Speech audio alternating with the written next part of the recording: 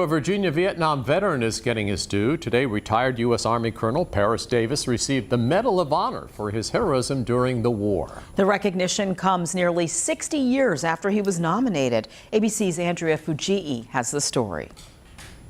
It's an honor long overdue. Retired Army Colonel Paris Davis, his bravery on the battlefield in Vietnam finally being recognized. Davis was one of the first black officers in the Special Forces. He was 26 and a captain when he and his team were outnumbered by hundreds of North Vietnamese forces in June 1965. They would hold off the enemy for 18 hours, and despite being wounded himself, Captain Davis would pull 3 of his badly injured men to safety. He was shot in the leg and hit by grenade fragments as he carried them, but he and all of his men would survive. He was nominated by his superiors for the Medal of Honor, but was told the U.S. Army lost his paperwork twice. He spoke back in 1969.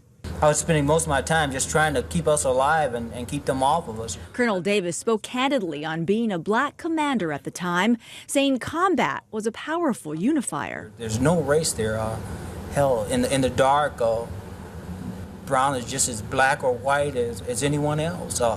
Their bodies, they're human beings that we're akin, not ethically, but by virtue of being American citizens, being Americans. His actions were overlooked for decades, retiring from the Army in 1985. But today, Colonel Paris Davis will receive the Medal of Honor from President Biden. Once I understood the ramifications of the tentacles of valor that the medal itself possessed, I was just honored that I was going to be awarded the Medal of Honor. Andrea Fujii, ABC News, New York. Good to see him get that honor now. Our own Mike Gooding looked into disparities when it comes to medals of honor awarded to black men and women. In 2021, only 2.6% of the medals were given to African Americans.